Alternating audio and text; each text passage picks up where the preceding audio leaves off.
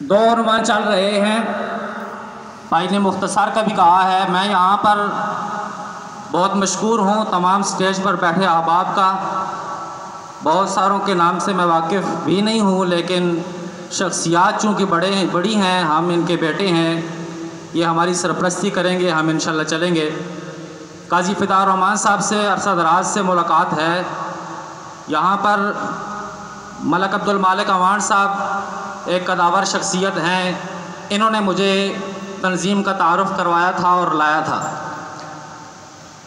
ایک عنوان یہاں پہ چل رہا ہے تعزیتی ریفرنس کا، دوسرا عنوان چل رہا ہے تنظیم کا۔ تنظیم کے حوالے سے میں اپنے مرشد پاک کی بات کروں گا، چونکہ ہمارا سلسلہ نسب کے اعتبار سے علوی ہے، ہم اعوان ہیں، اور میرا سلسلہ بیعت کا سلسلہ صدیقی ہے، میں نقشبندی ہوں۔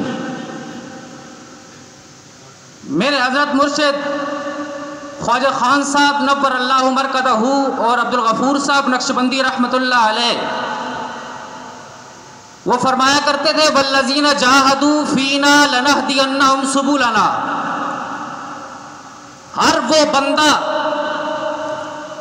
اللہ تعالی نے جاہدو کہہ کے سائڈ پہ کر دیا ہے، جو بندہ دین کے لیے، قوم کے لیے، ذات کے لیے کوشش، محنت اور ارادہ نہیں کرتا، پہلی شرط اللہ جی نے یہ لگائی ہے جاہدو، اور اس کے ساتھ دوسری شرط ہمارے لیے بہت ہی زیادہ سوچنے کے قابل ہے، جو آج ہم یہاں پر گفتگو کر رہے ہیں اور یہ کہہ رہے ہیں کہ بہت ساری تنظیمیں بنی ہوئی ہیں بہت سارے مقامات پہ۔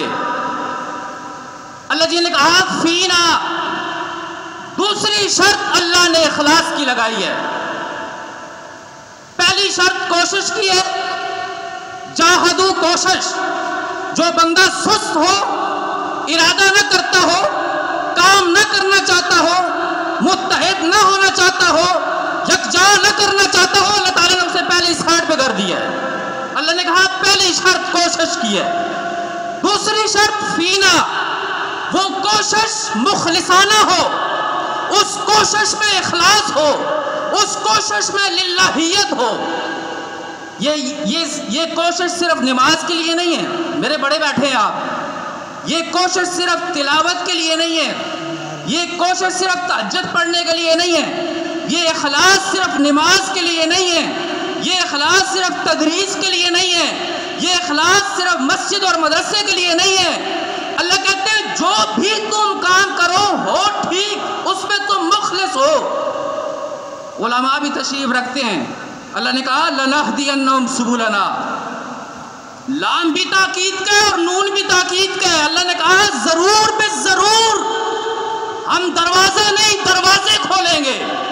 بندہ ہو مخلص قوم کو یکجا کرنے میں، بندہ ہو مخلص قوم کی خدمت کرنے میں، بندہ ہو مخلص قوم کو ایک جگہ جمع کرنے میں، بندہ ہو مخلص قوم کو یکجا اور متحد کرنے میں، اور وہ کوشش کر رہا ہو اور کوشش رنگ رہا ہے، ایسا نہیں ہو سکتا۔ یہ آج جو کوشش نظر آ رہی ہے، یہ یقیناً ان لوگوں کا اخلاص ہے، یقیناً وہ لوگ مخلص ہیں جن لوگوں نے یہ کوشش کی ہے، اور آج ہم یہاں پہ اکٹھے بیٹھے ہیں۔ اگر ہم مخلص ہو کے چلیں گے یقیناً ساری قوم کو یکجا کر سکیں گے۔ دوسری بات تعزیتی ریفرنس ہے، ایک حدیث کا ٹکڑا بیان کرتا ہوں اور بات ختم۔ اللہ کے محبوب صلی اللہ علیہ وسلم نے فرمایا ہے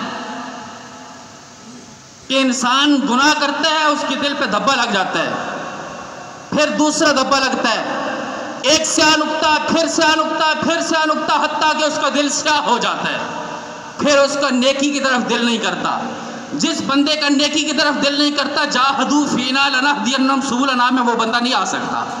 نیکی کا جس بندے کا دل کرے گا وہی اس رستے پہ آ سکے گا۔ نیکی پر آنے کے لیے اللہ کے محبوب صلی اللہ علیہ وسلم نے فرمایا دو چیزوں کو لازم پکڑ لو، ایک قرآن کی تلاوت کرتے رہو تمہارا دل صاف ہوتا رہے گا، دوسرا موت کو یاد کرتے رہو تمہارا دل صاف ہوتا رہے گا۔ اٹھ شیر مجاہد ہوش میں آ، تعمیر خلافت پیدا کر۔ کیوں فرقے فرقے ہوتا ہے؟ اب ایک جماعت کو پیدا کر تو بھی ترقی دنیا میں، اسباب تجارت پیدا کر، قارون کی دولت ٹھکرا دے، عثمان کی دولت پیدا کر، وما علینا الا البلاغ۔